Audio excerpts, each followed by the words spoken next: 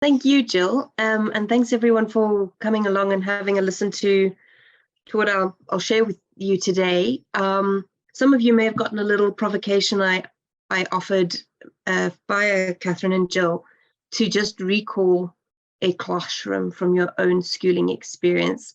What did it sound like? What did it smell like? Was it hot, cold? Where did the teacher stand? I'm going to pick up on that little provocation later. If you hadn't received that, won't you maybe think back to one memory that might stand out for you now? And you can also see where I'm going with that little question.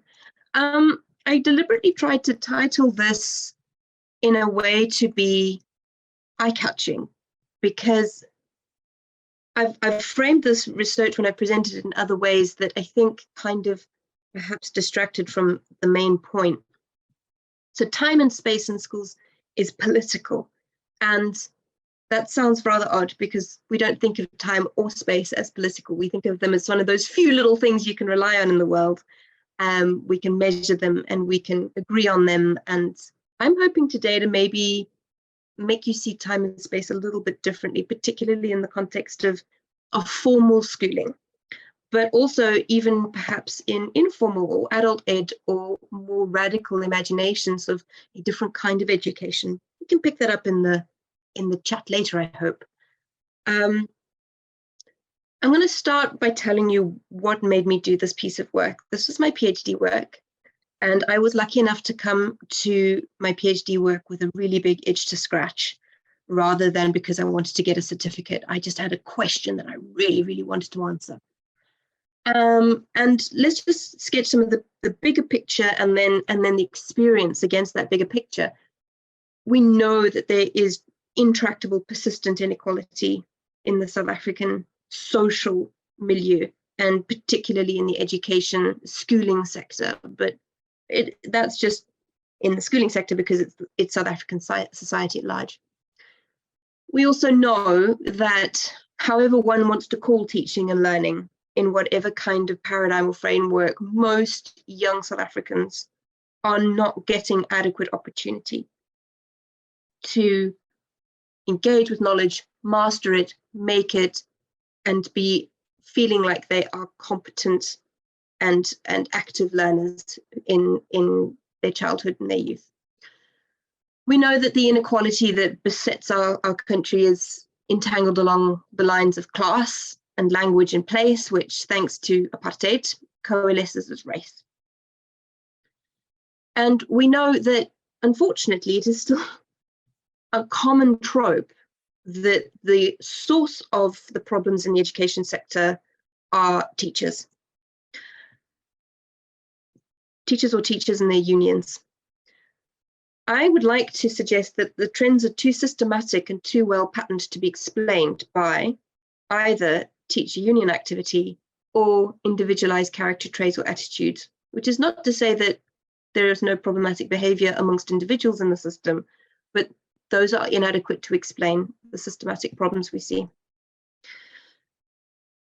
We also have a habit in South Africa of thinking if we fix education, we'll fix everything else. Unfortunately, that's not the case, but we certainly know that education is a very big part of the challenges that we face socially. And I'd like to just lay out at the beginning right here that causal relations are complex. We need to understand necessary and sufficient kinds of practices and conditions to create meaningful opportunities for change in our schools.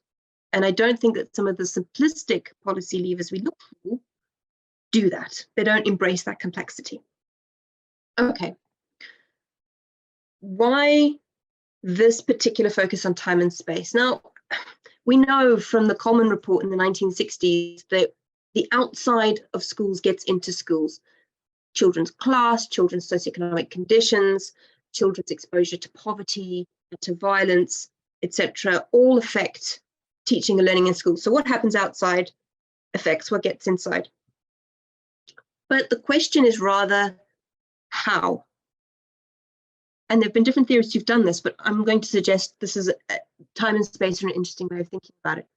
So I became concerned about the dominant narratives in South African education policy and how we should change the system when I went to go work in a school that we were told had all the magic ingredients, okay?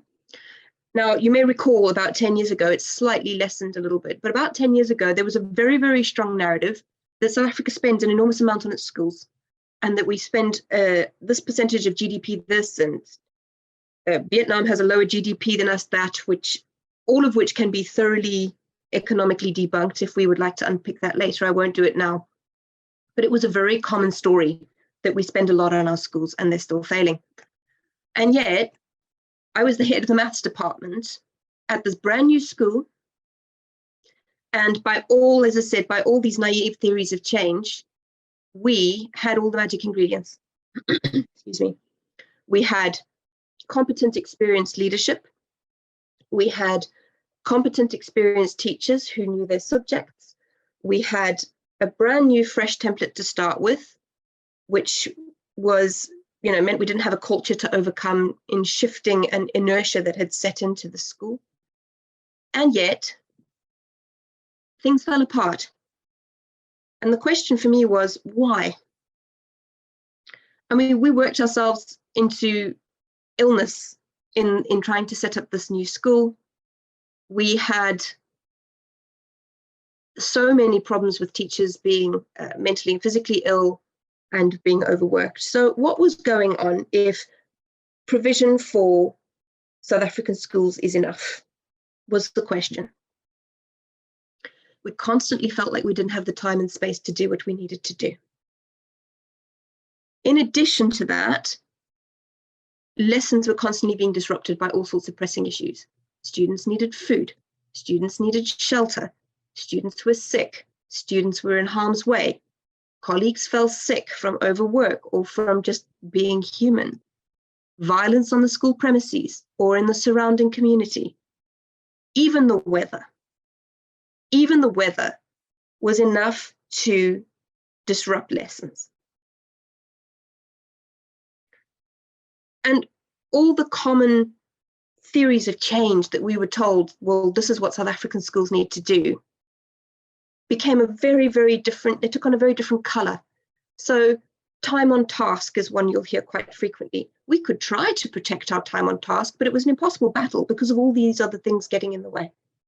I'll never forget a conversation with one curriculum advisor who came, and when I explained this to them, they said, that's not your job. Your job is to teach, which is just such a fundamental violence against understanding the work of teaching, as if hungry, scared, sick children can learn.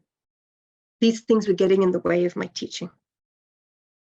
Even if we knew our subjects extremely well, and we did, most of our classes were what are called tacit multi-grade classes. So in one grade grouping, I could have a spread of curriculum in prior knowledge mix from, in a grade 9 class, some students were operating at grade 4 level, most students were operating around a grade 6 or grade 7 level, and then the students who were coping were operating at the appropriate grade 9 level, and everything in between, in one lesson. Okay, so I know my maths, but that's an impossible configuration of differentiation to weave into a single lesson. I was on the senior management team, but we could never think or plan ahead about the kinds of changes the school needed, what kinds of capital investments we wanted to make into projects or interventions with students who needed it, because we were just so constantly fighting fires all the time. We were reacting and not preempting problems. Colleagues who did need support had absolutely no opportunity for professional engagement at all. To give you a sense of it, there is 27.5 contact hours scheduled by South African curriculum, which is, by the way, one of the longest in the world. One of the longest scheduled contact curricula in the world, and then you hear sort of the Western Cape Education Department saying things like, we need to extend the school day. And you think to yourself, but where's the space for children to be children, to play? We cannot just have school from morning to night, and that's all that children do. But we have one of the longest contact school weeks in the world.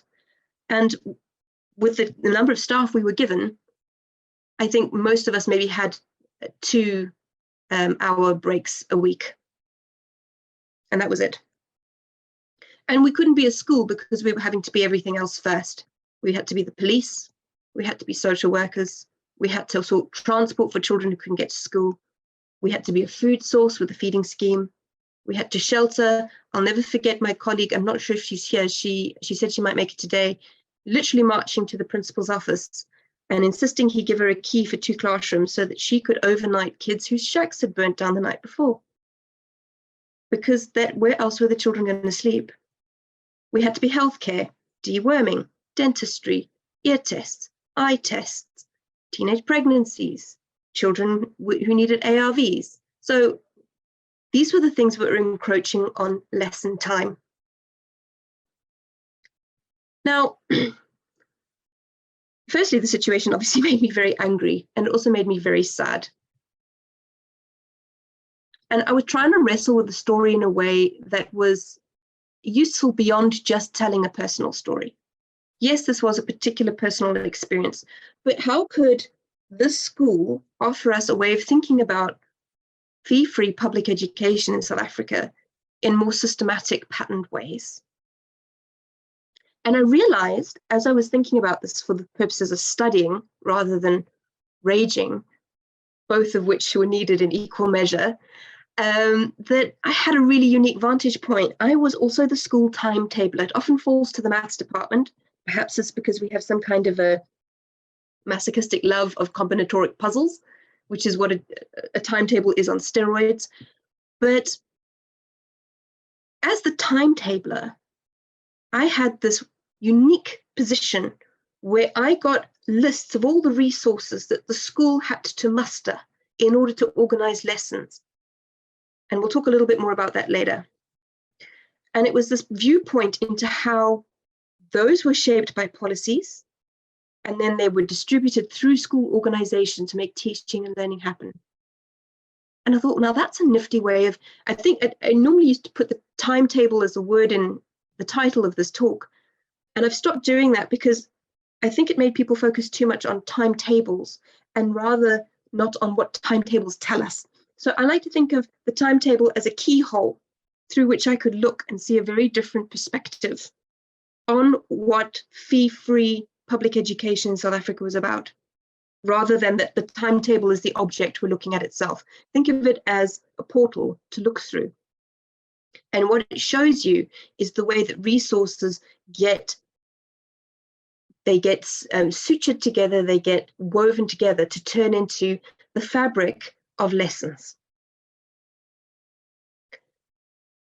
I could see something else as the timetabler as well. I noticed it constantly needed to be redone. And then that was in my personal experience. And then when I went to go and look at more schools that also were struggling with resources, this became a common story. It really becomes difficult to stabilize timetables because there's too much thrash and churn and change. New staff, old staff leave, new staff join, they don't have the same subjects. Move rooms become political because staff they want to hold on to their rooms, or they don't want to hold on to that room, they want a new room, etc. But even when we did finally get a timetable to stabilize so that everyone knew where and when they were supposed to be and what they were supposed to be doing, we were constantly going off timetable. There was an emergency assembly because there was gangsterism at the school. There was a morning for the vaccinations because the Department of Health had called and said they'll be around next week. There was a change in the school feeding scheme because there was a late delivery of food supplies. So not only was the timetable unstable, it was also not regulating what was happening at school. And this became a hallmark of schools that are inadequately resourced as the study unfolded. I'll tell you more about that now. Okay, so I just like to sketch this keyhole I'm trying to share with you about why looking at the way resources weave a fabric or a rhythm of lessons is useful. This thing I'm trying to do is build a robust timetable. I'm sitting in my office, I've got lists of teachers, I've got lists of groups of students. That group of students is 36, so they can't go into that room because the room is too small. I've got lists of rooms. Some rooms are special rooms, they have computers. Some rooms have science. I'm not going to put the really challenging grade 8 group in a hot west-facing room on a Friday in the last period. That teacher is going to kill me. So it's not just about playing a puzzle to make everything fit, but it's also about thinking about the textures and qualities of what a lesson will be like in a particular place at a particular time. And this is what I wanted you to think about when I asked you to remember your own schooling. You might perhaps remember that you sat in a desk where the afternoon sun would always catch you in the face and sort of fry you sideways in a Johannesburg school. Or you might remember a particular room that was beautiful. So think about those when you think about your own timetable. And do you remember that always the first day you went to school on a new year, the first thing you got before anything else happened was your form teacher or your class teacher gave you your timetable? Where are you supposed to go and when? What's your next lesson? Who's it with? So I'm building this schedule for the whole school. And it sets the rhythm of teaching and learning, whatever that rhythm looks like. If we don't have some form of organized coordination about where people go and when to do what, even if we are trying to organize the most egalitarian, relaxed, informally curriculumed, flatly structured grassroots education movement, there is still work to be done and decisions to be made about who and where you go and when, and for what purpose. And anyone who's been involved in grassroots organizations knows that you can never outrun the scheduling monster. Things need to be organized in space and time. But different forms of capital, and I'm now using more academic word there, different kinds of resources. Some of them are in our bodies, the languages we speak, the habits we bring, the pre-knowledge we have. Some of them are hard cash, currency. Some of them are networks and connections. They are what go into building that timetable. And I identified 5 strands, which, as a timetabler, I weave. Who teaches whom, what, with what, and where, and I weave it into a when. And I picked these 5 strands because they correlated with the 5 key areas of education policy that no school can escape. Schools can ignore all sorts of education policies in SA. But these 5, you cannot avoid them because they shape your ability to organize time and space in your schools. Post-provisioning norms, how many staff are you going to get? The admissions policy for ordinary public schools, how many students are you going to take? And from where and how? The national policy for the promotion and progression requirements, which dictates how quickly you move through the system and what selections of subjects you must take at each phase of the system. The national norms and standards for school funding, how much money does the government send you? And how much extra private supplementation are you allowed to gather from other sources? Parents, donors, fundraising, all comes into the funding policies. And the final one was a piece of legislation that has not been enacted, the minimum norms and standards for school infrastructure. Now that is a policy that Equal Education had won through their Constitutional Court victory around school infrastructure against the Minister of Education, but it has yet to be enforced. And so from an infrastructure and geography perspective, spaces schools have to use internally on their actual campuses, as well as the spaces they are located in, are spoken by history.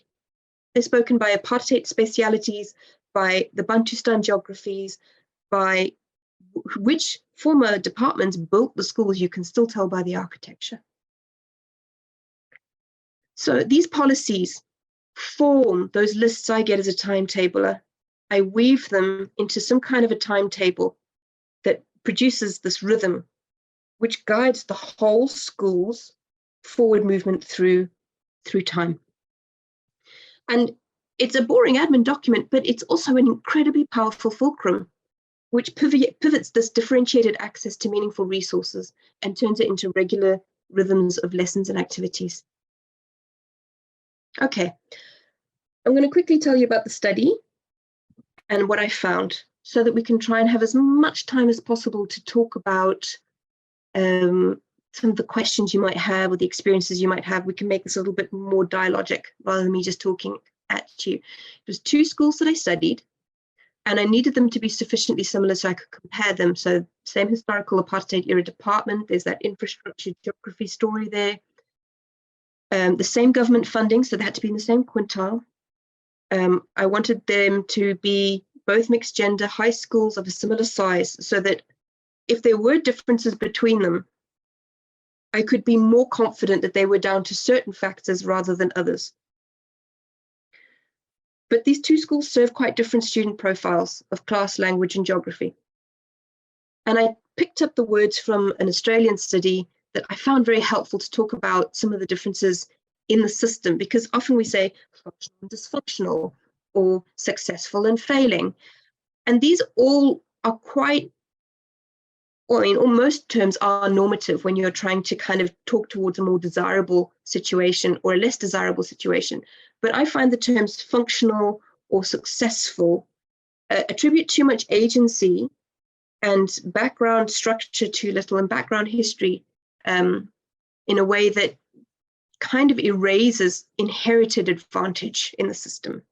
So I rather like the terms fortified and exposed, because I think that these are more accurate descriptions of what makes some schools manage and other schools struggle. Okay, a fortified school, you have clusters of multiple kinds of advantages: historical wealth, engaged alumni, so intergenerational forms of social capital. Often middle-class students, you might have a small minority of working class students who are on scholarships, but it's always a minority because you can't threaten the economic base of the school. Language alignment, often with the curriculum, often very monoglossic as well in the school. Geographical location, reputation, it's a marketized schooling system, so schools brand themselves, and that matters. It's a form of capital as well. It's a symbolic kind of capital. Exposed schools cluster multiple forms of disadvantage. And I kind of like these terms because I'm trying to get away from this blame game I mentioned earlier that I don't think helps. Okay, I want to get away from the blame game. If you think about these 2 terms, and of course binaries must always be treated with a little bit of caution because the world is complicated, but the 2 schools I was looking at were at quite fortified ends of the spectrum, relatively, compared to the vast majority of the South African system. Whereas the school that premised my whole study and interest, my own experience as a teacher, was more around that area of the exposed system. And so I was wondering, what can I see about the differences here that are made by small differences in resource provision? And what kinds of, not statistical or empirical generalization, so I don't want to extrapolate beyond the data and say, oh, therefore, in a linear way, that school will be in that position. But there is what Maxwell would call a conceptual generalizability here, where I can lift up the tools I developed to look at the differences between A and B, and then use them to look at C and go, well, what do you know? There's something interesting there as well. All right, so here are some of the findings. Those strands I mentioned, here are the 2 schools. Remember, school A is very fortified and school B is slightly less so. The italics are the public forms of provision. Okay, so school A had 910 students and the government funded 26 teachers. School B had 1,018 students and the government funded 28 teachers. Okay, not too much discrepancy there. From state funds, because it was a per child allocation in the same quintile, similar monies. But they also were, because their quintile 5 schools charged fees, school A managed to collect, I think, about 98% of its fees. School B collected less than 60% of its fees. Okay, so much more precarious parents whose ability to shore up the school budget was far lower than that of school A. And you could see the difference in the budget. So school A got in over 30 million for that one financial year. School B got about 11.5 million from fees and just over 2 million in fundraising. Now, here's something people don't talk about when you listen to the news and they say, oh, how can they want to sell alcohol in schools? Well, schools want to be able to sell alcohol on the premises because they rent out their infrastructure to events to fundraise for the school budget. Renting out your hall for weddings, bar mitzvahs, 21st birthday parties is a serious source of income for schools that are cash-strapped, particularly those that can't charge fees. And so why would you want to serve alcohol on the premises of school? Well, it's so that you can say yes to these events and raise money for the school. But that whole thing has been lost in the recent basic education legislation amendment bill. What did School A do with this money? Have a look at how many extra teachers they hired. 32 extra teachers. They more than doubled what the state sent. School B hired an extra 12 teachers. Now, if School C was here, my formal school, you would see that the government would send about 28 teachers, but extra SGB staff, maybe 2, maybe 3. Non-teaching staff is a big part of the story too, because there's so much work that has to happen behind the scenes. And if there aren't non-teaching staff to do it, the teachers do it. And guess what? It munches lesson time. It munches lesson time. And then look at what happens with class size, for example. In School B, the average class size was 35. Not impossible, but not easy. School A actually got their actual class size down to 26. Nominally on paper, it looked like 30, but they would split classes according to electives and subject choices. So the real class size was closer to 26. Now, pedagogically, in the front of the students, it doesn't make a huge difference, but boy, oh boy, does it make a huge difference in marking load per teacher. Huge difference. School A had a lot more rooms as well, a lot more flexibility. They could offer more subjects. So these things tangle up, and I'm going to show you what their timetables look like now. But can you see some of these discrepancies in what School A could put that extra money to? And what does that look like in terms of weaving a rhythm for the school? Okay. Remember, these two schools are not that far apart in terms of fortified and exposed. Bear with me on the multicolor weird no thing. This is a little snippet from each school's timetable. And what I was doing was a color coding exercise to show how the school could organize space and time into blocks that actually allowed fluidity. I called it modularity. Modularity is great on a timetable because it lets you do things, for example, like, oh, guess what? The kids have to do a maths test this coming week. All the grade 8s can write their maths test at the same time. And you don't end up with this problem. You know what kids are going to do. Grade 8A wrote the maths test in the morning. Grade 8F are going to write it in the afternoon. They're going to get together at break time and go, what's in the maths test? Tell us. So if you want kids to not do that, and you want to standardize the writing moment, they either have to write at the same time because it's in the timetable, or you have to go off timetable. You can do things like break up more electives within a grade. So if 4 kids want to do music, you have the room and you have the teacher and you have the liquidity, or what I called elasticity, within your timetable to let them do it. School B timetable, can you see how it's already a little bit more itsy bitsy all over the show? So the 2 columns on the left are senior phase, grades 8 and grade 9. The 3 columns on the middle and the right is grades 10, 11, and 12. And this is one day. This is a Tuesday. I just took Tuesday. And what you can start to see as well is that School A has broken up its time into smaller snippets of half an hour, but made them double periods. But again, that's like trying to take a jar of stones and put in lots of small stones. You can pack more in versus putting in 2 or 3 big stones. And it's inefficient and it's clunky and it's a little bit brittle. Okay. We can unpack this a little more if you've got questions on it, but this is just a visual representation of the granularity and the modularity of the way the schools could arrange time and space to give themselves the flexibility they needed in order to offer electives, in order to rearrange rooms, in order to make sure that teachers were teaching within their subject area. The tighter your resourcing in terms of your rooms and your staff, the less you can do that. To the point that, for example, some schools in Etwatwa, where Equal Education took this work and went to go and study overcrowding in the East Rand in Gauteng, what we found was that schools would literally bundle elective subjects together and say to students going into grade 10, if you want to take business management, you also have to take economics and you have to take history. You cannot choose business management, geography, and tourism. And that bundling is a function of the inelasticity of the school's inability to stretch the resources it has to cover all the time-space permutations required for those students to take those electives they want to do.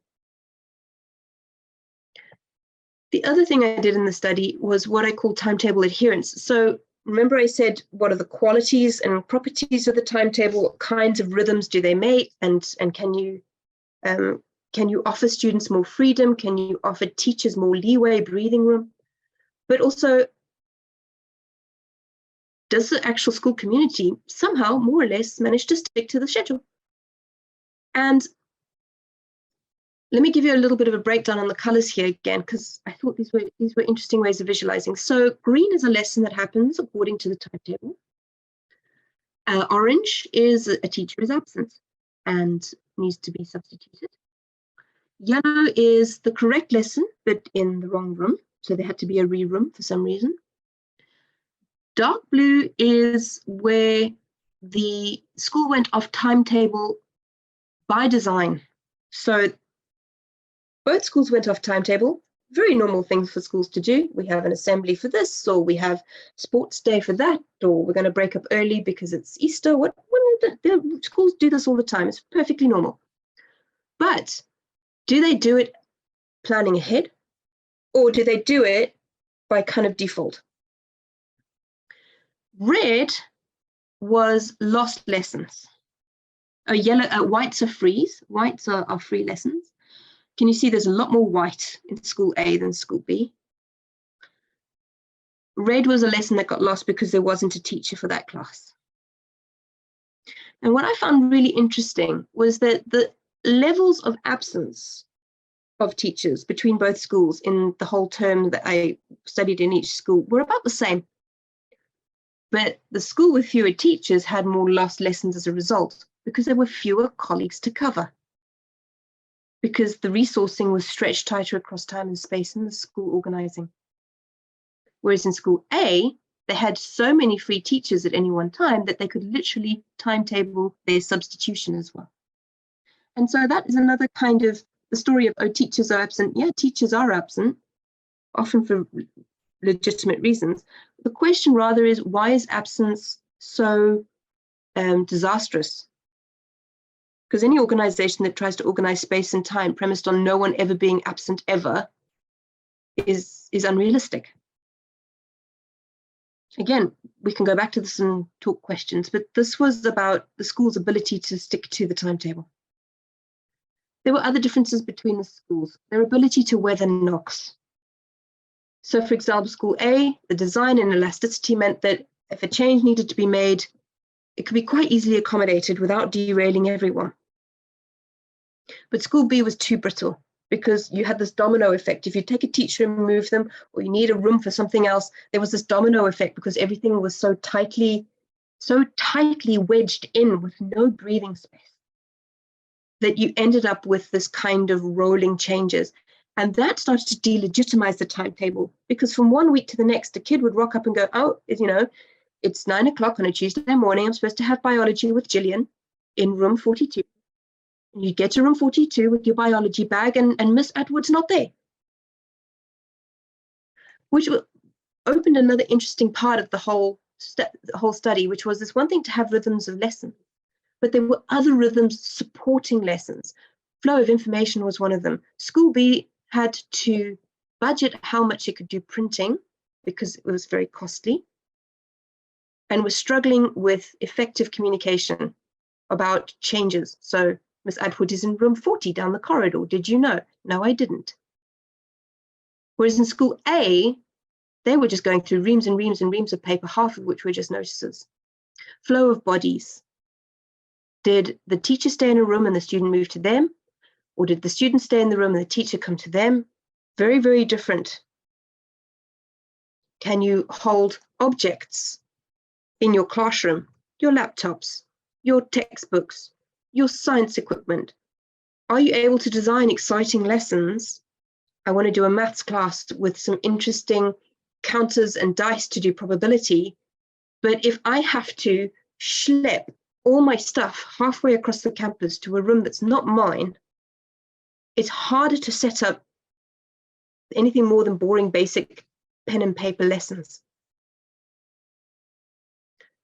And school A could create a bulwark against outside rhythms in a way that school B struggled.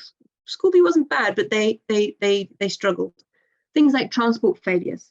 So this is where other forms of capital from outside shape what the school can do.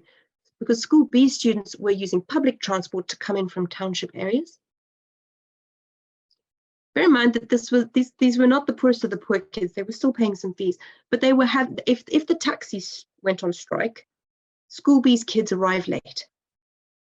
If the buses were having a fight with the taxis, school B students arrived late. School A actually would send private hired taxis to go and fetch students who were affected by public transport strikes because they had the money to do so and because it was not a significant critical mass of their students.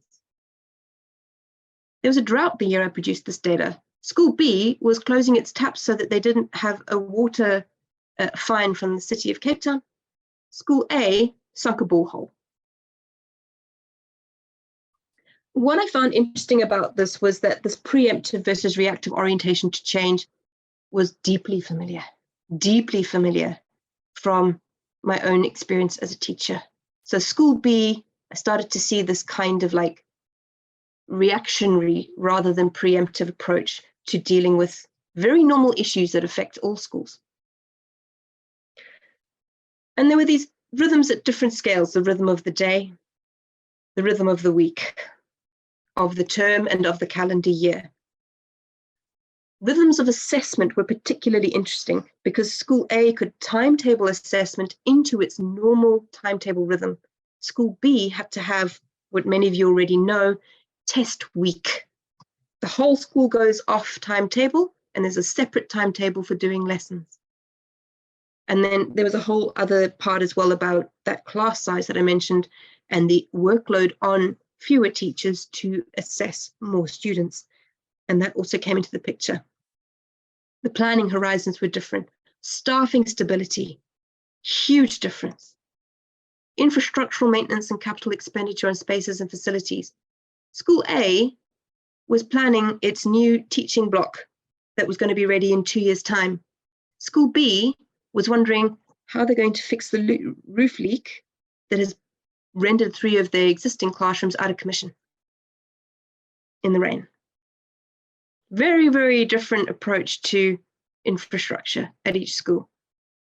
And what has been frightening is when I have presented this work elsewhere, I've seen many principals of different exposed schools, by which I mean fee-free schools or schools that can charge but not collect fees. And they've said to me, you know, it just sounds like you're talking about my school. So simultaneously affirming of the research, but also deeply upsetting, obviously, because this is not what we want schools to be like. So just to finish up talking at you, the way I tried to express what I'd found in my study was these cycles of fortification and exposedness that reproduce inequalities in the system, primarily through the fact that what the state offers public schools is inadequate to weave together some kind of baseline norm of teaching and learning rhythm, and that if schools rely on that alone, there's not enough time and space to do the job. So they have to find private supplementation in the form of fees or in the form of donations, in the form of public-private partnerships, which is one of the ways it's happening at the moment, in the form of fundraising to supplement. So if you've got enough of these forms of capital, you can build this stable rhythm in how you organize your time and space in a way that commands legitimacy. People look at the timetable and they know that if they follow it, they go to the right place, the right time, for the right activity. And that rhythm, that sustained rhythm, keeps focus on curriculum, it keeps focus on teaching and learning, and guess what it produces? Results, narrowly defined. But it also produces a lot less stress, it produces a lot less friction and conflict in the school. It supports a much more collegial approach to working together in the staff and with the students. By contrast, cycles of exposure, where you can see how that brittleness and instability, that constant reactivity and unpredictability, that that you just don't settle into a rhythm, you don't settle into a routine. And it just keeps everybody on edge all the time. It constantly erodes lesson time and focus on teaching and learning. And that hits you in however you manage to, in however you quote unquote measure the outcomes of that. So what do I want to just leave with as the main takeaways of the study?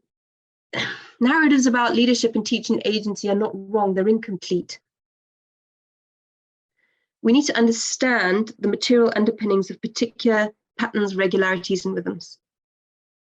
It's not a coincidence that materiality of schools is so tightly coupled with the teaching and learning that can happen. Why is it that these trends and organizational attributes are so markedly similar across so many schools in the country? How is it that so many principals have said to me, crumbs, this sounds like my school? There's a lot of research already about how quote unquote public schooling, and it's a debate whether we could call our schools genuinely public schools, but they basically need some kind of private supplementation in order to make ends meet. And I just think that this approach of looking through the timetable and thinking about time and space as political, whose time matters, how does space get used, how is it organized, what values determine that organization, is a novel way of understanding how that materiality supports or inhibits learning opportunities for students, but also learning opportunities for staff. If we have a problem with staff needing to develop their professional capacities, the question is, when are they supposed to do it? And frankly, a 2-day workshop on the holidays is not really going to cut it. I think it also asks some interesting questions about what is adequacy? What is some kind of baseline expectation in order to make a public school viable and to give schools meaningful opportunity to change their practice, to create professional learning communities, to do differently? I don't have the answer to that, but if you look at the way that time and space are organized and how it's rooted in materiality, I think it opens up some interesting questions. I'm going to stop there. And let's see if we've got some nice, interesting questions.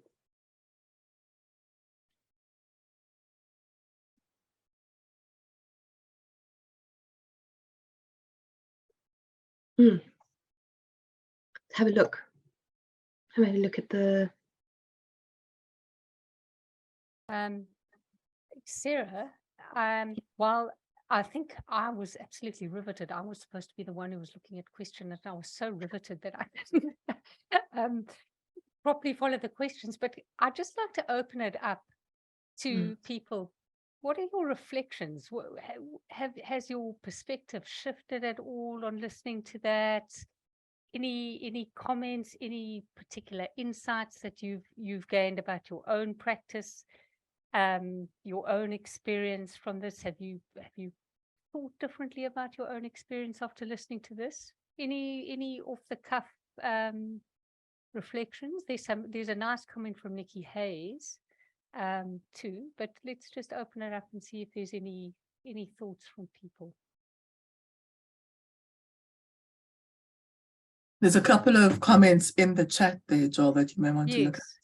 Yes. And it's nice if people talk, because it is a conversation. So if you want to talk to your comments, that would be fantastic. Because, also what we're trying to do here is build a community where we share ideas. It's not so much as a webinar, as a conversation. So I'm going to put people who've made comments a little bit on the spot. If you want to pass, just say pass. But let's ask Nikki, because I know Nikki is also, you know, an absolutely deeply committed practitioner. Nikki, do you want to talk to your experience at all? Sure. I think just to say thanks so much, Sarah. It's a fantastic study, and I'm so glad you've done it, because it was something moving from a quintile 3 to 5 to a quintile 3 school that immediately also just like hit me in the face. The issue around time at a microcosmic level in the classroom, that it can take a child 500 hours to find a pencil or a pen to write with, and to that bigger thing. And the comment that I've made in the chat was just about how kids get stuck about the combination of the policy and the practice. So whereas at the quintile 5 school, which followed everything that you said there, you can easily change out of a subject. It's say you choose maths and you're hopeless at it, you can pick out of it. But because of that blocking of subjects together, so you picked maths when you were 14, and then you must continue to fail it until you're 21, which is just another ramification of it. Yeah, but thank you so much. Fascinating. And I want to pick on something Nikki is saying there that's really important, that is something that's quite hard to see. Equal Education and I were doing some stuff on this with the maldistribution of students inside a school. Let me explain what I mean by that. So students hit this point where they're allowed to choose subjects, like Nikki says. They are often pressured, for example, in my school B, they were pressured to take maths and science because a certain number of students enrolled at maths and science got the school extra STEM funding. But they were failing, and the school would keep them there as long as they could, but then eventually it got to the point where you then want to let them lapse to maths literacy and drop physics and take history. And what would happen is that the physics class would shrink and shrink and shrink, and the history class would grow and grow and grow, but you couldn't break the history class into two because you didn't have the room and you didn't have the teachers. And so then the history teacher starts hating the physics teacher because the physics teacher's got 10 in their class and the history teacher's got 60. I had such a fight with my colleague at my former school as the head of the maths department, because he wanted to insist that, and he was right. I mean, the truth was we were put into a contradiction that we never should have been put into. We were both right and we were both wrong. His argument was that it is positive expectations to not have at least one pure maths class for our students so that those kids who did want to do maths could do so. And he's 100% right. But when I have 100 grade 9s and 5 of them are going to cope with pure maths, what he's asking me to do is to create 3 maths classes in grade 10, where I have 47 children in 2 of the classes and 5 in the 3rd class. Now, which bloody lucky teacher is going to get the 5? Okay. And who's going to be really resentful because they got the 47? And then eventually what we ended up having to do was to say to those 5 kids, we want the best for you, but we can't hold a class of 5. We don't have the staffing. There's a school down the road that does offer maths.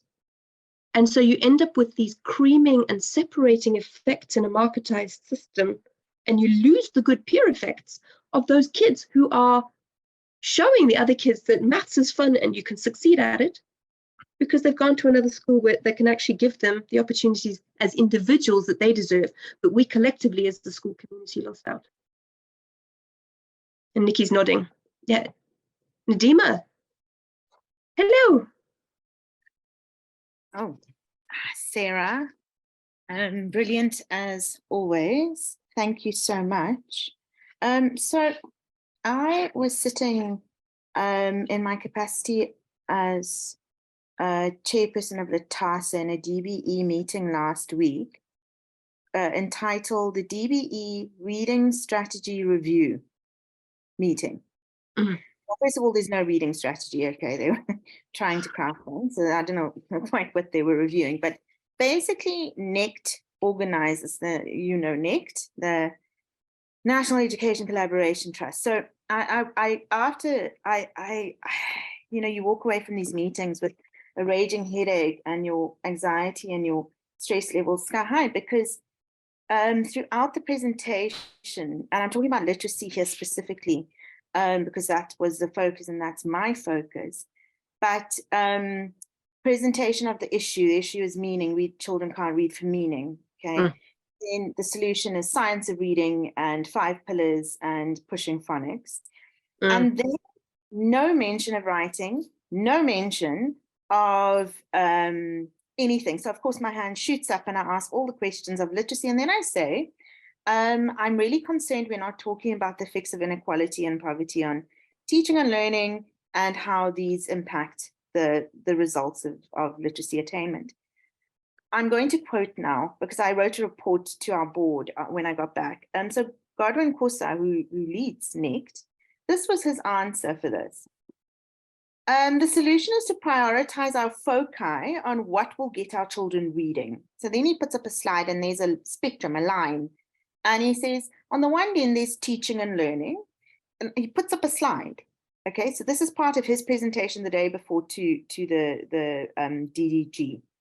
On the one end is teaching and learning, and on the other end of the spectrum is social/non-educational factors. And then an example of this, Nadima, he says, is hunger and infrastructure as non-educational. So of course, my face reflects my horror and my disgust. Reflects mine right now, yes. And he backtracks and kind of says, okay, maybe not hunger, but definitely infrastructure is a non-educational issue. And our teachers of reading, and I'm quoting here, our teachers of reading should not concern themselves with things that are not about reading. Now, I want to raise this in this forum because I am very scared. We have NECT influencing DBE on the strategy to be proposed. We're trying very much to influence the strategy. But when it comes to teaching and learning, our department is being told by people who are strategic in the sector that they mustn't be concerned about the things you've just presented to us and the things like it and the things that are affected by it. Our teachers mustn't be concerned. So now that brings me to my second point. So the first point is that this message is not getting through. It's not getting through, and it's not just that you're not in those spaces, is they're actively shutting down conversations that allow these kind of variables into the. Oh, Nadim is frozen. And she's making in the midst of a brilliant point. She may come back. I hope so. I hope so. I mean, the point about how there is almost an active ostrich strategy on the part of policymakers to acknowledging the relationship between materiality and teaching and learning is it. I can only think of it as because they just see the problem as too intractable if they were to actually be honest about it in the first place. I don't think that it is intractable, but we do know that infrastructural. Is she back? Is she here? We know that infrastructure has probably been the biggest neglection by the post-apartheid government for the last 40 years, right? And it's not just in education. It's ESCOM, it's roads, it's railway, it's public hospitals. Infrastructure is expensive, and infrastructure requires long horizons of planning. Okay, it requires a lot of upfront capital investment. And we bought into a whole kind of self-imposed structural adjustment moment in 1994 under the guides. There was the Hunter Report in the 1993 to 96 transition moment, where a bunch of very savvy, experienced educators got together and said, you know what, we can actually start to equalize the system. Here's what we need to do. Here's how we need to build a public education system from the fragments of the apartheid mess we've been left. And it was actively disregarded in favor of Crouch and Locasalis's neoliberal World Bank framework for disinvesting from public systems, and actively encouraged the government to rather charge fees from parents to get extra money, including poor children. We only abolished fees for all the schools in 2006, after we realized what a disaster it was to ask poor parents to pay fees they couldn't afford. If I was to anticipate I think Nadima maybe got load shed. If I was to anticipate Nadima's question, it would be, well, what are we going to do about this? What are we going to do about the fact that we have such a recalcitrant, intractable government that is literally got very similar advisors whispering in their ears right now to the ones that they had 30 years ago. And my response is twofold. Number one, we need to shift the discourse amongst the very large middle class minority. That is one of the things that we can do. That is something we can all do. And the other thing we need to do is we need to start working with schools to try and, I don't know how we do it, but we need to do something about organizing teachers beyond the remit of basic labor relations that I think those kinds of organizations have sunk to. Nadima, are you back with us? I am sorry, it was a combination of load shedding and coming back on and all kinds of other things. I thought you might have been load shed. Yeah. So sorry, my little rant about Godwin Kosa, because I did ask for a separate audience with NECT. I'm very concerned. They are doing a whole range of things of which you're very aware of course, the scripted teacher lessons, and then a very worrying discourse around we want versatile and flexible teachers. I don't know how these two things are squared. And so I think what is worrying to me is that we have this research. You have done this research. It's very important research, particularly at this point where they're trying to locate the silver bullet and they're going to force it on us.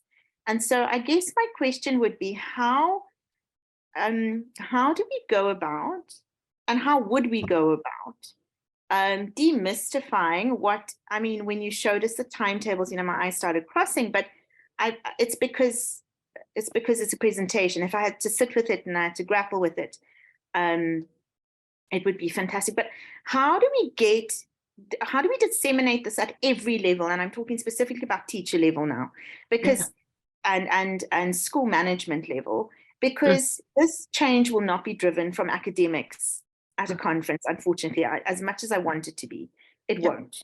Yeah. So I just want to understand, what are your thoughts around getting your research, this research, and what are the ways we can support that, and how can we build to get this into schools? Because I want to get on board with that kind of initiative.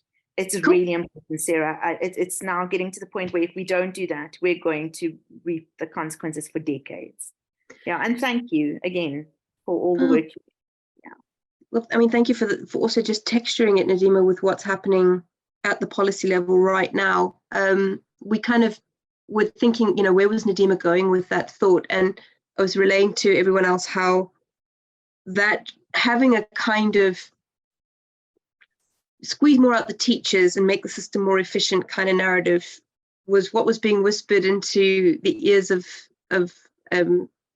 policymakers 30 years ago, when they were faced with the intractable problem of such differentiated infrastructural legacies.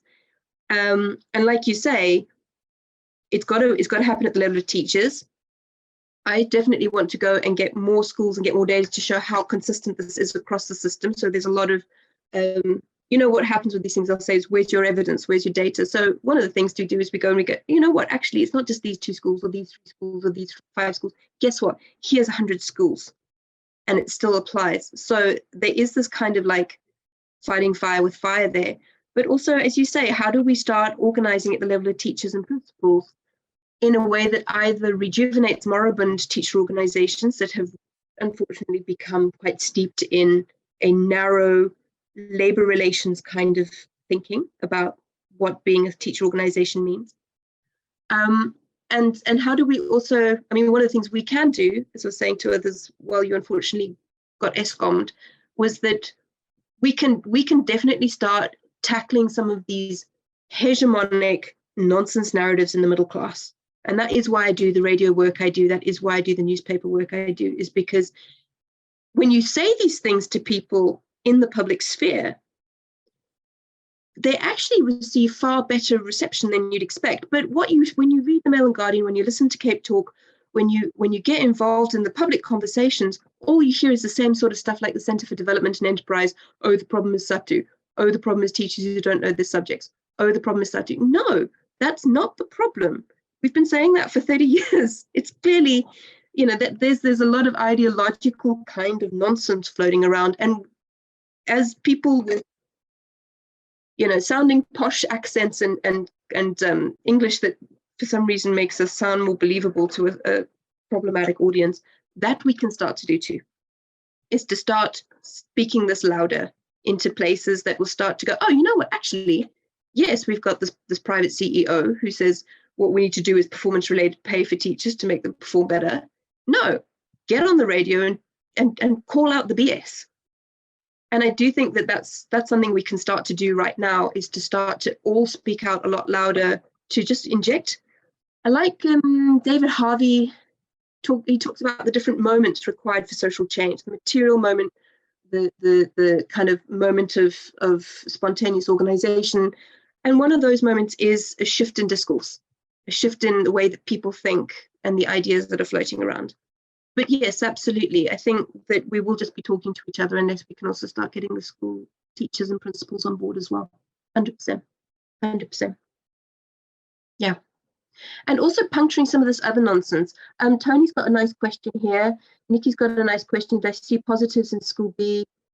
I need to come back to some of these as well. But I do want to kind of just share an example of where I'm going to just stop sharing this and I want to share something else. Has anybody had the misfortune of looking at the Centre for Development Enterprise report that made so much news coverage recently? It was just a repackaging of the same tropes again. That, you know, teachers don't know this subject, but what struck me was one of the things that people find so convincing these days, and I'm going to make is the numbers, right? A lot of people think if you don't have numbers, then you don't know what you're talking about, which of course is not true. But sadly, again, know the terrain you're playing on. And this is the kind of stuff that often gets wheeled out. What you can see on my screen right now, this is from the Blavatnik School of Economics at Oxford, reinforcing some of the kinds of things Nadine was talking about, where they were saying, oh, but you know, here's South Africa. Let me just get a little annotation. Here's South Africa in terms of learning score, whatever that means. There's all sorts of validity problems with it in comparison to GDP per capita. And people buy this hook, line, and sinker as an example of how money's not the problem, because look at Vietnam, who have a much lower GDP per score compared to South Africa and a much higher learning score. And they will completely ignore the factors like, number one, Vietnam has a much higher parity of purchasing power GDP than South Africa. So what they can buy with their money in relative economic terms is higher than what we can buy with ours. Number two, that South African number is an aggregate of vast inequality where the GDP per capita is enormously skewed upwards by the 5% of South Africans who actually earn a living wage or better than a living wage. And actually you need two South Africas. You need one down here and one somewhere up here, because that's how bad the inequality is. And when you bundle it into this score, you miss that inequality. And then third, they want to ignore something completely important, which is that the Vietnamese education system is deeply invested in. They've spent the money, they poured the money in, and they have a much higher proportion of taxes going towards education as a form of investment in their people, which South Africans don't want to do. So, you know, people will throw these numbers out into the public and go, and can you see that money's not the problem? And ignore all the ways that these numbers get twisted to retrofit to an ideological conclusion that has already been predetermined. Now, I think when we start to talk back into the public sphere, we also need to be willing to tackle this stuff, and we need to be able to tackle it with nuance and with sophistication in order to rebut some of these arguments. But unfortunately, as is the case, the amount of effort it takes to refute nonsense is many, many times a factor higher than the amount of effort it is to produce it, sadly. But I would just say, if you do want to participate in these conversations, don't be afraid of the numbers. Get stuck in and ask for help with the numbers, because that's why the economists run off with the story, is they wrap it up in numbers and it makes them sound less ideological when they're just as ideological, if not more so. So yeah, I would also advocate everyone here get stuck into the numbers. We can do it. Yeah, that itself is a reflection of our education system, that we're scared of numbers and convinced by numbers at the same time. I just want to check in with people. It's nearly 6:15. Are you happy to go, if Sarah, if you're willing to go for another 15 minutes, ask some questions? Yeah. Is that time good for people? It's a very fantastic opportunity to have Sarah here. Everyone here, it's not just me. Yes, and everyone, of course, because this is the people. I mean, this is a sample of a group who care deeply about education and want to effect change. There's a question there from Hannah about your sharing your work with other principals, and perhaps we can just leave off that question onto what Ndima was talking about. How do we actually take this further in terms of changing the discourse? How can we use this research as a tool in the work that we're doing? Just to share some ideas about that, so that we don't lose this. But I'm first going to just give Hannah a chance to contribute. Yeah, really, really incredible presentation, and I feel like, sorry, I'm gonna move a bit closer. Thank you, Sarah. That was really, really interesting, informative, and as I said, it really resonated with my own experiences in schools I've taught at and colleagues. And I know when you do further research, when you have those 100 schools, I think it's just going to reiterate what your thesis did. I guess part of the question around returning this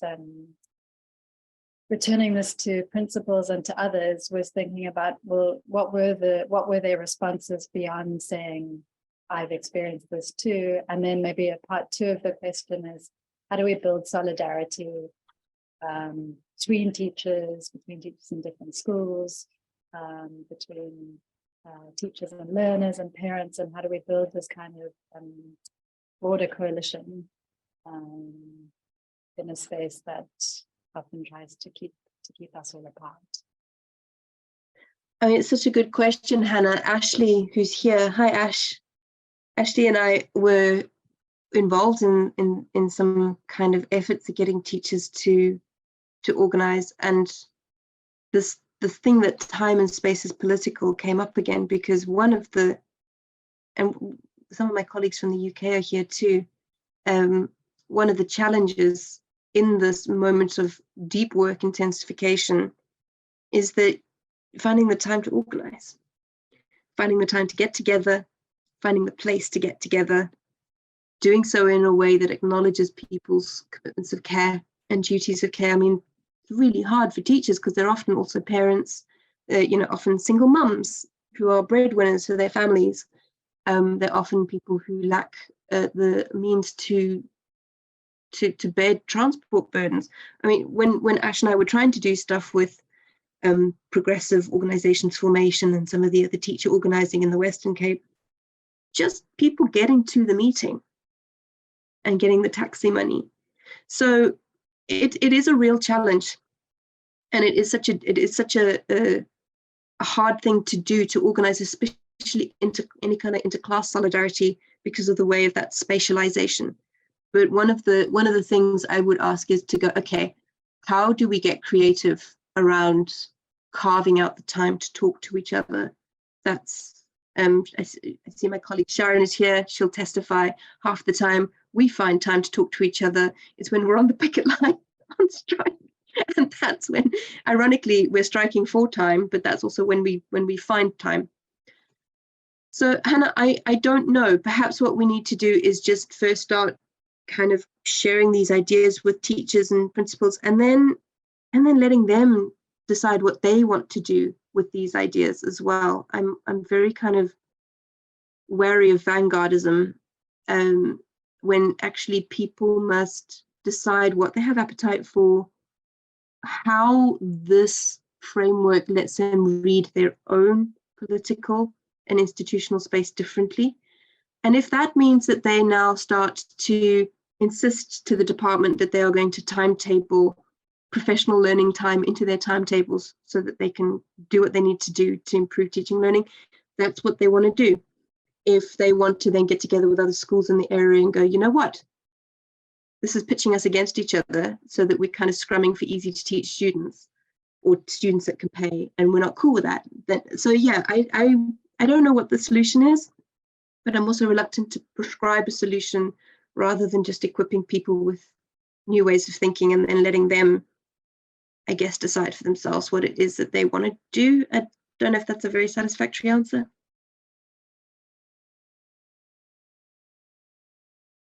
Hannah, what are your thoughts?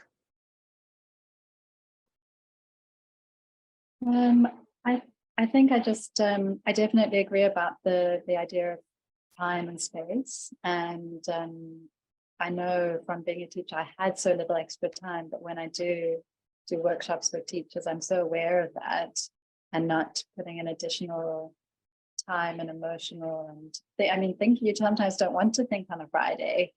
You spend your whole life thinking about work, and now you have to spend your week Friday afternoon and maybe have admin to do. But I think for me, it's just about getting people together in the first place. And how do we get people in spaces together where we can come together and dialogue? But I've only got to that. That's the closest I've had is, how do we start conversations? Yeah, make moments for people to talk. If you can do that, then I think people will take the opportunities they do get and do what they will with them.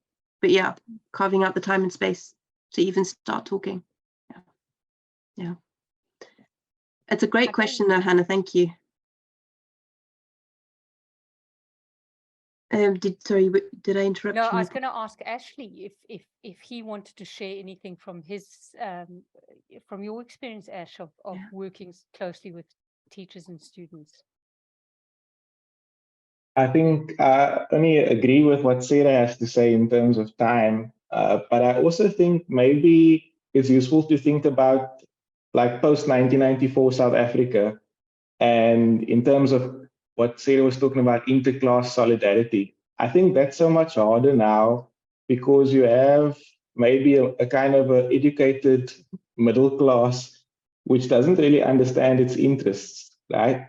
So if you look at what's happening and what kind of policies are supported or backed, people want privatization because they think privatization is going to be better. But it doesn't really serve the middle class either. The privatization means you end up paying more. It means that you're out of pocket at the end of the month. So I think those kinds of issues make it less likely for people to be able to join hands, for organizations to even form at the kind of grassroots level in a way that cuts across kind of these different social divides in a way that I think maybe, I don't know, living under apartheid gave people a common enemy in a way. Yeah. Yeah. That's so insightful. Yeah. I've just picked up there's three lingering questions. If we could look at those, Jill, to make sure we go to them before we So Tony was asking about a technique in Zimbabwe called hot seating. Tony, is this what you mean? We call it platooning here, I think, where you reuse the same schooling site for two different timetabled cohorts. Is that what you mean by hot seating?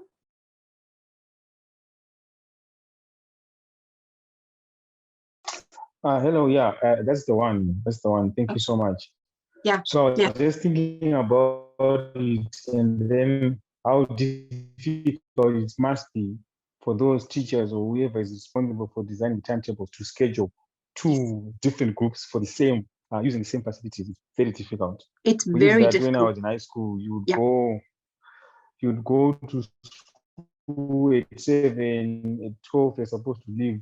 and then there's another group that's starting from 12, then they're finishing at 5. So you have like 6 hours tops to utilize, the facility. So it must be tough. It must be tough. Exactly. So that's the one. Thank you. In South Africa, we call it platooning. In America, it's called multi-tracking. So it's this idea that you can more efficiently use your school site or estate or plant by squeezing in 2 school days, a very early session and a very late session. And they wanted to do it here during COVID as well, as a way of expanding time and space in order to facilitate social distancing, so that you could basically split the school in half and do 1 set in the morning and 1 set in the afternoon. It's, as you say, Tony, it's a form of extreme work intensification for teachers unless you have 2 full sets of staff, 1 for morning and 1 for afternoon. It shuts down any form of after-school activity for sport or leisure or culture or, kids doing things that are actually quite important for bonding. I mean, I think the only reason my kids behaved in my maths class was because we'd sit after school two afternoons a week and sing together in choir. And that relationship it reconnected us on a very human level, so that when I had to kind of drum exponent laws into them the next morning, they didn't hate my guts. So all those other things start to get lost as well when you hot seat or platoon schooling plants. And the big thing with hot seating, which is not spoken about, is that it accelerates infrastructural degradation. So because there are so many people and so much use of the site all the time, the floors and the doors and the windows and the furniture gets worn out a lot faster, which is basically also, and there is less leeway for downtime at the school for maintenance. So when a repair is supposed to happen, they would have happened in the evening or they would have happened on the weekend, except now you're using the school plant 24/7. So hot seating can also create infrastructural degradation being accelerated as well. But it is something that policymakers reach for when they're looking for a cost-cutting effect, when they know what they really need to do is build more schools and fix the ones we've got, unfortunately. But it's a great question, because when you look at something like multi-tracking, holiday school, platooning, shadow education in the form of tutoring, or these after-school plans, after-school game changer programs, when you look at that through the lens of time and space as political, you start to see how the absence of resources is trying to be compensated with by the overuse of infrastructure, or the stretching of schooling into the private time of families and children. And you can start to see this kind of tension of trying to compensate for the absence of one by the stretching of the other. All these interventions are around temporality of schooling. It's around the time.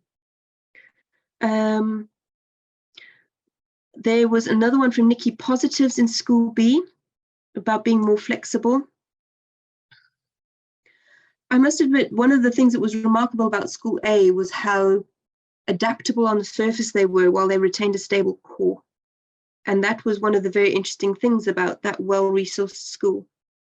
If I had to rather take away a positive, it would be that the teachers in the exposed schools that I have worked with are so much tougher and work so much harder than the teachers in the fortified schools. If you put one of those teachers in a fortified school in a township school tomorrow, they'd quit within a term, and many do. And there's something there as a positive, which is to go, do you realize how tough our teachers are? Do you realize how much they are committed to the students? And instead of framing them as the problem, can we not see that as an enormous untapped potential? If only we could give them the time and space to do their jobs and learn how to do their jobs well. So I would take that away as a positive, rather than the common narrative, which is it's the fortified school teachers who are good. One of the teachers, I've got to share this with you, one of the teachers in school A said to me, you know what? You could throw a cat at these kids and they'd pass. We are not good teachers. He had the honesty to say it. He had the honesty to say, you know what? I could give them a worksheet, walk out of the classroom. I'm in the classroom for 5 minutes, and those kids will still get a B grade at minimum. And at least he had the honesty to say it. So yeah, we are sitting on 400,000 incredibly tough teachers who, imagine if we could rally them as the force that could be the change rather than treating them as the problem. And then the last question that I wanted to talk to was Catherine's point. Catherine, you're at my former school, I believe. You're not you're muted, Catherine.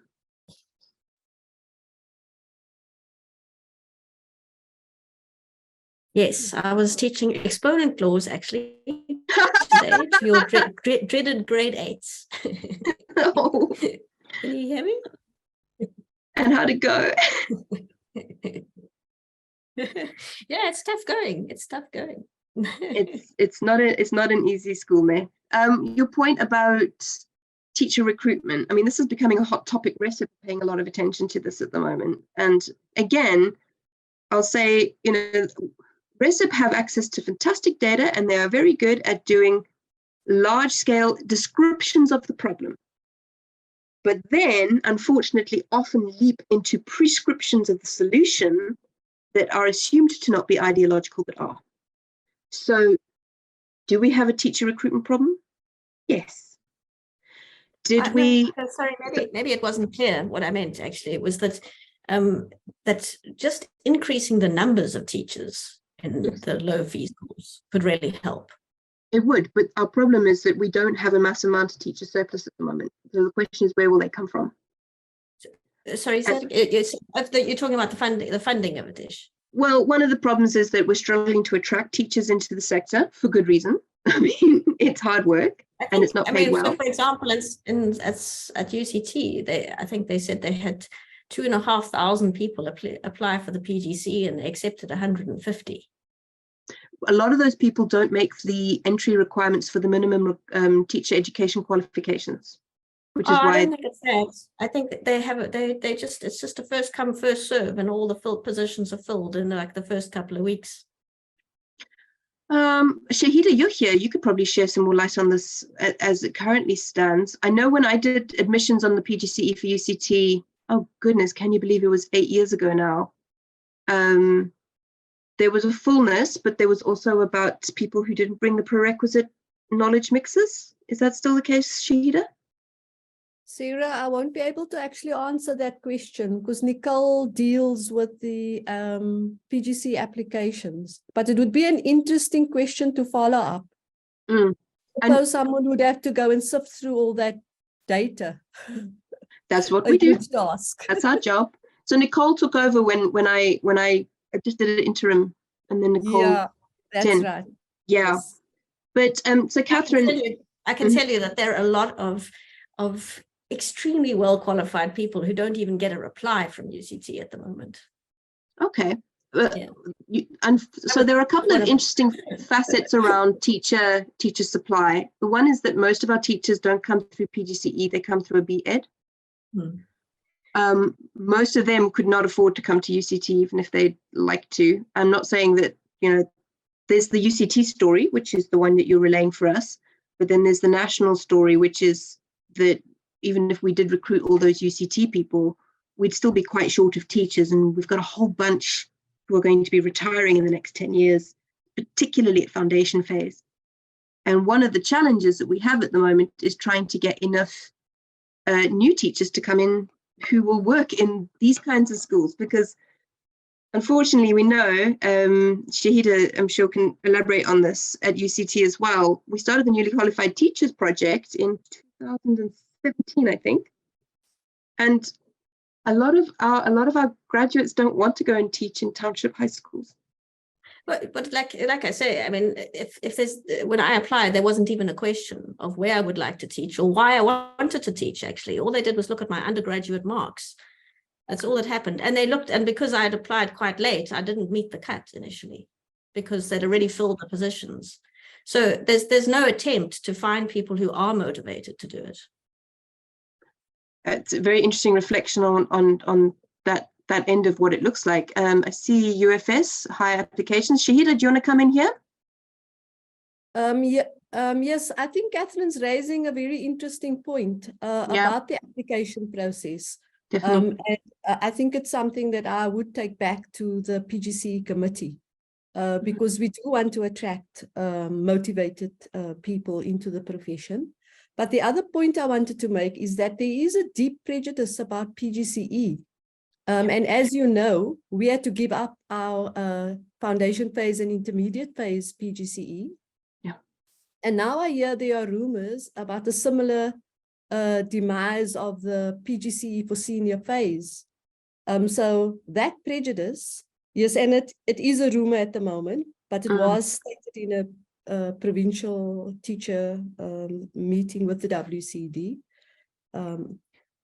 That prejudice is worrying. It's worrying, and it's preventing people, someone like Catherine, who was actually interested in primary schooling, couldn't get into primary schooling, was forced into doing a senior phase or FET teaching. Yeah. And I mean, Sharon could probably also shed a little bit of light on this, that there's just a general distrust of traditional university-based teacher initial qualifications around the world. I mean, it's part of this whole teach first, get practical experience on the ground sort of thing. There's definite, so Catherine, just to shine a little light, around 5 years ago, there was a strong call to bring back teacher training colleges for primary school, because there's this distrust in the PGCE, and also there is, and unfortunately this part is true, our admissions criteria for getting into a B.Ed can be a little bit on the wobbly side for some things, unfortunately. And a lot of those people are going to... problem. That if the B.Ed is the degree that has the lowest entrance requirements, you're going to draw a lot of people who aren't necessarily very interested in teaching, right? And this is true at UPN and at many other places. Yeah. One of the challenges, exactly. And then also the fact that where are most of our teacher graduates coming from? They're coming from UNISA, which is a correspondence university. Yeah. And they're not getting adequate support during their program. They're not getting adequate support during their practicum. And whether one can even train teachers by correspondence is, I think, deeply questionable. So there is, like you say, there's all these parts about what's coming in the pipeline at the qualifications ITE side. And then there's what comes out of the ITE and where does it go? Like, where do teachers go? And then there's this whole kind of legitimacy problem around what kinds of qualifications are trusted and mistrusted. But yeah, I mean my experience. But there's something I've been trying to say for a little while that I do feel like is really important. So if you'll forgive me, I'm just going to hang on to this idea. What is happening right now at a policy level is, now that they finally acknowledge the budget is inadequate after we've been banging that drum for 10 years, the dominant prescription to the description of the problem is the budget's inadequate has been, we need to cut teachers' pay because it is 80% of the budget. And some of this is happening by not filling higher posts. So Ashley and Heather and I have just done some research about how many further up posts are being left vacant because promoting people into P2 HOD, into P3 deputy principal, etc., is too expensive. So you'll have acting deputies, you'll have acting HODs on a P1 salary, but with all these extra responsibilities. And that drives competent people out because they're overworked and underpaid. And then there's this kind of P0 thing that's being brought in places like the Eastern Cape, where they're called teaching assistants. You've been at Silikamva, you've seen what teaching assistants do. They get used as a warm body as a teacher, but they're not qualified. And all of this is part of driving the salary scale down.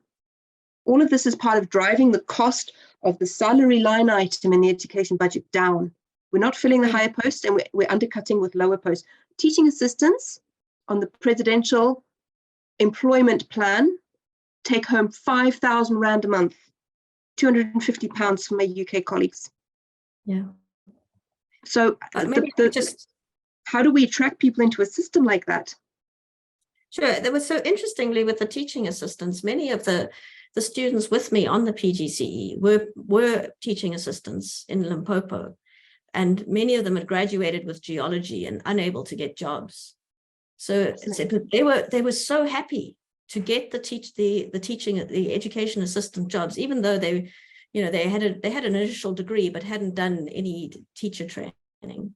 So they were very happy to get that teaching assistant, and we're really pretty qualified and committed, actually. So I mean, I see, yeah, I mean, putting more money in and getting more teachers is, to me, the solution. But how you spread that out, yeah, I'm sure that's up for debate. Yeah. And we do need to push back on anyone saying that 5,000 Rand is an adequate salary for anyone qualified, because what the coercive laws of competition do. Many people don't have any salary at all. So but what will happen, Catherine, is that the department will go, well, if we can just hire everybody for 5,000 Rand a month, why are we paying you 20,000 Rand a month as a teacher? And it undercuts. But you can see these geology graduates, for them, they're very happy to get an opportunity to step into a position. And this is the problem in South Africa. And of course, it comes down to the whole debate with the teachers union and everything, is that I think in South Africa, it's unemployment is more of a problem than exploitative employment, right? I disagree with that strongly. Really? So you would rather have many, many people completely unemployed? No, we need to change the whole structure of the system so that we can employ them as proper trained teachers at a proper salary. Sure, but I think not pay them like a quarter of a teacher's salary to do a teacher's job with no qualification. I know it sounds terrible, but I can tell you that these guys in my class were very happy to get 5,000 Rand rather than nothing. It's a race to the bottom if we start doing that. I'm very, very sure of it. There's someone else who wants to comment. Marika, would you like to come in? Catherine, sorry, I just need to add. I'm working in a whole lot of Northern Cape and Eastern Cape schools, and the teacher assistants there sit in the sun. They're not qualified. They're locals. They're not qualified. They wrote matric, and I go to my schools. I have to visit them every single term. And when I get there, they sit in the sun. So I agree with Sarah. I'm sorry. It's not that is anecdotal. That with the schools where you work, they're actually doing something. But I'm working in a whole lot and they're not. So then I'll ask them, so what are you guys up to? What are you? And then I know if they need, if the teacher wants them to make copies or, invigilate or something like that. No, you can't pay somebody 5,000 Rand to invigilate and then cut on teacher appointments or deputy principals or whatever. I think this whole thing just needs to be reconsidered. Sarah, we need your research and it must go out there. I want you to present it to my staff, to my management at the schools where I work, because we need to rethink this whole thing. And we can only change it when we start having the difficult conversation. So that's just, I just needed to say that. Let's pick up on, thank you, Marika. Let's pick up on this thing that Catherine is trying to raise. I think what we need to do is we need to try and step back and see it structurally about what will happen if it's not about I understand an individual is happy to get 5K and not get nothing. That's completely understandable in a short-termist bird in the hand is worth two in the bush kind of approach. But we need to think about the effects of that on the structure as a whole, because yes, it might get you 5,000 Rand tomorrow, but if the long-term effect is to deprofessionalize the whole sector, because we allow that kind of undercutting to what a professional teacher can command and is expected of, I think that long-term we will be very, very sorry we did that. And I completely understand why one individual would be glad. Beg your pardon? I totally agree that if that is the long-term effect, then it's bad. But I think there along the way, I mean, this is one problem with the PGC training we've had, is that it is very kind of philosophical and ideological and not at all practical. So there are pockets of practice. And so I'm not too surprised that there's skepticism about the value of this kind of training. And then I'm also not too surprised that, we can talk that, ideologically in the long term, we don't want that to happen. And I completely agree. but we also might have to make some kind of rather pragmatic steps in the meantime because I mean, when I look at Silicamva and I see how the level of stress that the teachers are under there, like actually having an assistant who will go and collect your printing for you, or like look after the kids who've gone completely berserk in class while are standing out there. I mean, those are actually to me quite useful. And yeah, I mean, and it's obviously, you know, that's also anecdotal. We've got one anecdote from the Northern Cape. I mean, yeah. But so those are a few things.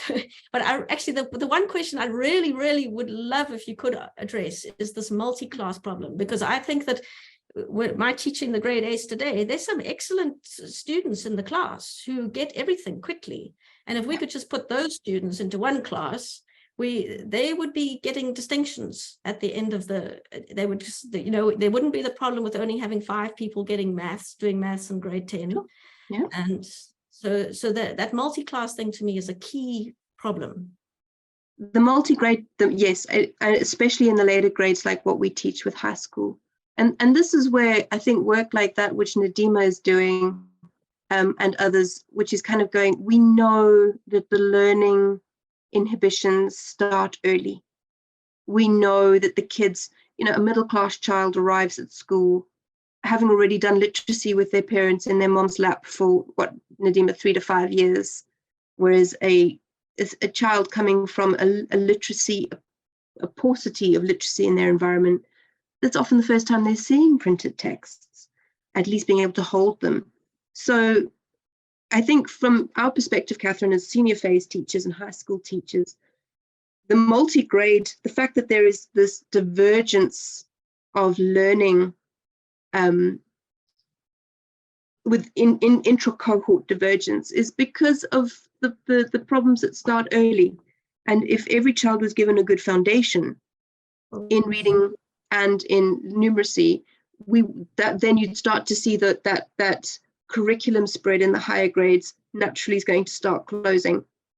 Some schools do set and stream, but again, that requires more teachers and more rooms to coordinate setting and streaming, doesn't it? And if you want to, and we can ask about setting and streaming as practices, but it requires rooms and teachers again. Yeah, but they've 5 classes, so they could, you know, at many of the other schools, they have kind of a top set, and then you could also do kind of remedial where you're doing, you know, like you mentioned, operating at a kind of grade 3, grade 4 level. And I think that would help everybody much more, actually. So, and you don't need more teachers for that. But you do need to have maths timetabled all at the same time, because otherwise what you do then is you say that how do we block up our classes? We block them up based on kids' maths ability, and their maths ability is not their English ability. So if you want to stream and you can't do, remember I showed you that modularity, you have to be able to timetable the same lesson in the same grade at the same time to be able to. Yeah. But I think so. And what I've seen in other schools is maybe the streaming on the maths might be the most. That's one thing to start with. And I mean, obviously, the literacy and language is super important as well. But you know, I mean, I appreciate that we have this constant balance between praxis and pragmatism and short term. What can we do now versus does that take us closer to or further away from the system we actually ideally want? And one of the challenges with things like streaming is it's premised on all sorts of assumptions about who kids are, what is good for their learning, dividing them up based on a very narrow measure of one little teeny tiny aspect of who they are, and pegging them into a group of students based on just that. People would say to me, why do you like being a maths teacher? You must love maths. And I would always answer, I love because of the discourse of maths, because the position the subject holds in curriculum, which is deeply problematic, doesn't serve maths or the students. But because of that discourse, my outright influence on my children's self-efficacy is my favorite part of my job. But I shouldn't have that influence. I don't think kids should feel any less or more better as a person or worse as a person or able not able because they're in the top math set. And those are the kinds of problems you get when you start to set and stream and cluster kids in these really narrow, quite technicist ways. It dehumanizes them a bit. But I think it's dehumanizing right now for the advanced learners, and for the learners. I mean, we're trying to teach them laws of exponents, and they don't have multiplication tables. So and the system will say teach laws of exponents even though they don't have multiplication tables. So we have to find ways of working around that system, right? But of course, I mean, the problems with splitting the kids, but if you can fix the problems early on, then you actually have a chance of putting them back in the class together again later on, right? There's no point in just letting someone fail all the way through to matric. I mean, somebody else mentioned, right? So, and these are the contradictions we face because of the way the system is designed. I mean, it's exactly these trade-offs that we're morally forced to make that we know are not ideal. So whatever interventions we argue for and fight for, I think need to build towards something different to that system, even if a little step. That would be my litmus test for, is this an intervention whose negative consequences are bearable in the short term because it gets us somewhere better long term? But yeah, this is what happens when you have a system that pitches teachers against students and pitches students against each other for opportunity to learn, right? That's really what we're talking about here, is a zero-sum distribution of opportunity to learn, where some kids have to lose so that other kids can get. And that's, I don't know, that's the logic I think we really have to start challenging. What I was trying to do with the thesis was go, what are the minimum adequate conditions to say that we don't have to have this, it's you or me, mate.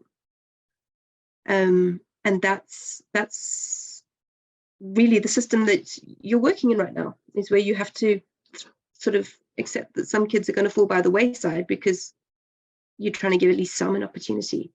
I mean, it's a crap dilemma to even have to be in as a person who gives a damn at all, actually. Yeah, there's awful contradictions that none of us should. I actually wrote a book about the school that I didn't publish, and perhaps I should, but I always thought about my colleagues and the consequences if I did. But the opening epigraph is for the choices we should never have been forced to make. I should come back and visit again. I'd love to see Chiesa and I believe it's Miss Patisiwe is now the principal. I actually Patty. don't know. Yeah. Patty Kotlankala. Wonderful woman. No, there are just so many amazing people there. It's really, I mean, yes, they are. Yes, they are. I mean, it's interesting that we actually have a lot of governing body posts which are funded through common good, actually. So that's the whole public-private partnership supplementation thing I was talking about earlier. Yeah. Yeah. Great. I've been talking a lot. That's good, and it's good that you're kind of like bringing the reality of what teachers have to face every day into the conversation and going, but I got a kid in front of me now, and I got to do something. And I mean, that's important to keep that front and center. Thank you. I can't believe that it's nearly 10 to 7 and we've still got 15 people completely engaged in the discussion. Sarah, that's just an indication of, how you've taken something incredibly complex and central and core and opened it up to speak to the practice of people who really care about education. So thank you. Thank you for sharing. Thank you for your generosity of ideas, and thank you to everyone here for engaging, and especially to Hannah for prodding this along. I don't know, Sarah, if there's any way in which a PhD is a hard thing to access, especially when you don't have a lot of time. But I've posted your blog in the chat that has captured a lot of your thinking around this that's been shaped by your PhD work. But I just want to encourage people, even if you take one thing from this debate and conversation further into your spaces, or into your thinking, or into your practice in a small way, you know, that will mean that we slowly influencing change. Yeah, I'm not going to ramble on much longer, but just a huge thank you to everyone for coming, and to you, Sarah, for sharing. And if you've got any last resources or anything that you'd like to share with people, Ashley was asking about the calculator. Those kind of tools would be immensely appreciated, I know, and I'm happy for us to share them by email as well. Thank you, Jill. Thanks for this opportunity to just share the work, and also just thank you also to everybody who's made the time. And I particularly want to say thank you to, you know, in-service teachers who have come, because again, time is such a freaking scarce resource these days. As for accessing the ideas, the academic book coming out about it is expensive and academic. So as soon as that's sorted, I will make sure that there are bite-sized, chunky kind of blog posts, maybe with some pretty colors, and you can share on a WhatsApp link. Ash, I can put that teacher time calculator little spreadsheet on the blog quite quickly. That would be quite easy. Yeah, so not schooled on the Substack. And I'm really excited that in the next month or two, I'll have a mix of exciting education researchers, but also in-service teachers doing interviews on a podcast where we talk about this kind of thing a lot more, because elevating teacher voice in the public sphere. When did you last hear a teacher get interviewed on the radio or on the TV? You know, when did you last read an op-ed by a teacher? It's completely silent in all these debates. And like Nadima was saying, how do we get teachers and principals thinking in these ways and using these in whatever way they see fit to respond to their local conditions? Well, one of the ways I think we can do is to try and share the platforms we develop with more teachers and get teacher voice a little louder as well. I think that would also help. So let's do that.